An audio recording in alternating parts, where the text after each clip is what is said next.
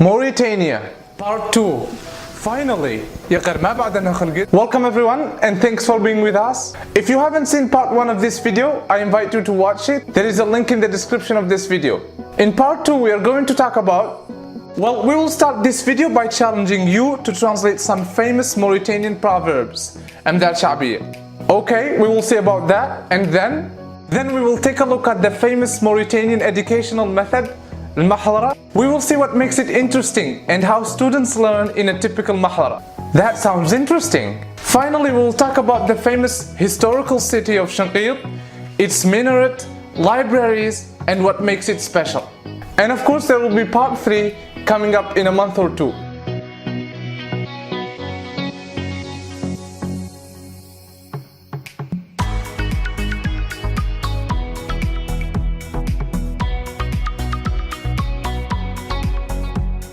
Please note that this video has been translated to Arabic and you can check the description to download the PDF document. Every country tends to have its own common proverbs or common sayings. Here at LES, for instance, we have a series called English Idioms where we talk about English proverbs.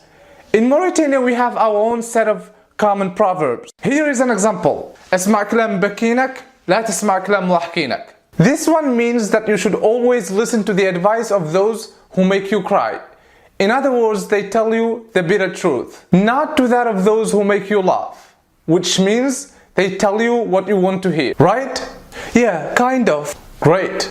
Another proverb that we would like you to translate is Lodonul talibiyum monolodon sirinium. Is that Wolof?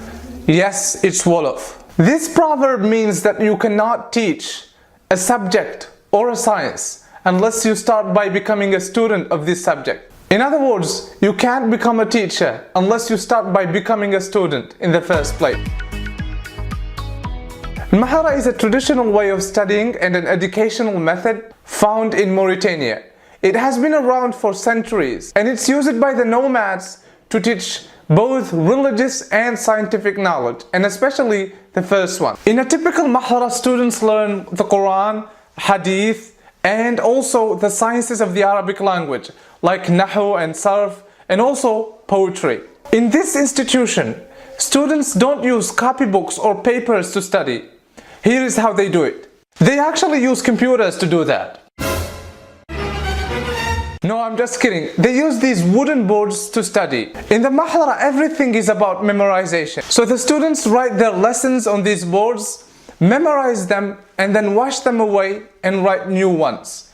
This is how it works in the Mahdhara. There are people from all around the world who favor this method and come to Mauritania to study in a Mahdhara.